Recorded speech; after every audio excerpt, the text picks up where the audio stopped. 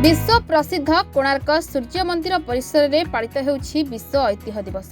समस्त ऐतिह्य पर्यटन स्थली मानकरे एही दिवस पालन हेउथिबा बेले कोणार्क सूर्य मंदिर में एहाकू पालन करा जायछि।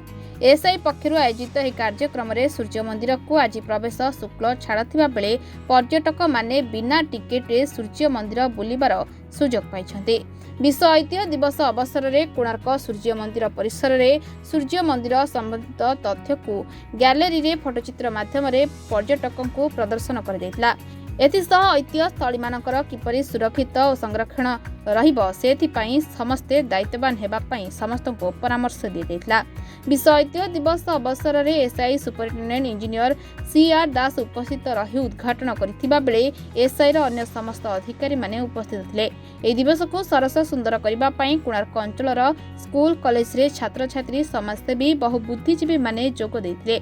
सूर्य मंदिर को आज प्रवेश शुल्क छाड़ा बेले पर्यटक माने बहुत खुशी रे बिना टिकेट रे सूर्य मंदिर बुली देखुथिबा सुजोग पाइतिले।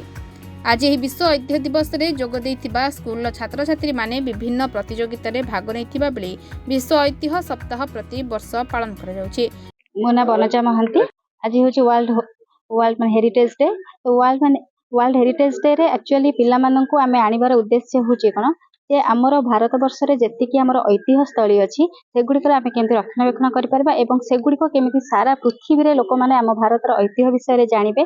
तार उद्देश्य होछि सेया एटा होछि ए जो आज जो कार्यक्रम करा हेछि एटा होछि आम विद्यालय रे एक टूरिज्म क्लब अछि जहा कि ministry of tourism government of India तरफ करा हेछि एवं सेमानक द्वारा ए जो कार्यक्रम आयोजित करा हेछि ता द्वारा कोन होछि पिला माने एबेठु पर्यटन विषय रे बहुत किछि जानि पारुछन्ति एवं भविष्यत रे भारतर पर्यटन को समग्र विश्व रे विख्यात करबा होछि माने ए जो कार्यक्रम रा उद्देश्य। मो नाटा होछि Jagannath Behera, tourist information officer ministry of tourism government of. आज होछि वर्ल्ड हेरिटेज डे। ए वर्ल्ड हेरिटेज डे रे पिला माननकु केमितिका हमर हेरिटेज बा ऐतिह्य संस्कृति उपरे सचेतनता सृष्टि करिवा। पिला माने पर्यटन उपरे निजर आग्रह प्रकाश कले पर्यटन शिल्प उपरे निजर भविष्य मध्य गठन करि परिबे।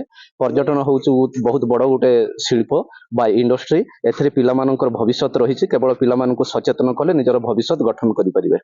किंतु दुख परितापर विषय विश्व प्रसिद्ध कोणार्क सूर्य मंदिर रे विश्व ऐतिह्य दिवस पालन करा जाउथिबा बेले एही प्रसिद्ध कोणार्क मंदिर रे वर्षा दिन रे पानी जमिबा एवं ग्रीष्म ऋतु रे प्रवाहरे प्रबल खरारे देश विदेश आसुथिबा पर्यटक मानक पई पानीय जल मिलु नथिबा बेले खरारु रक्षा किपरि पर्यटक पाइबे सेथि प्रति दृष्टि देबा।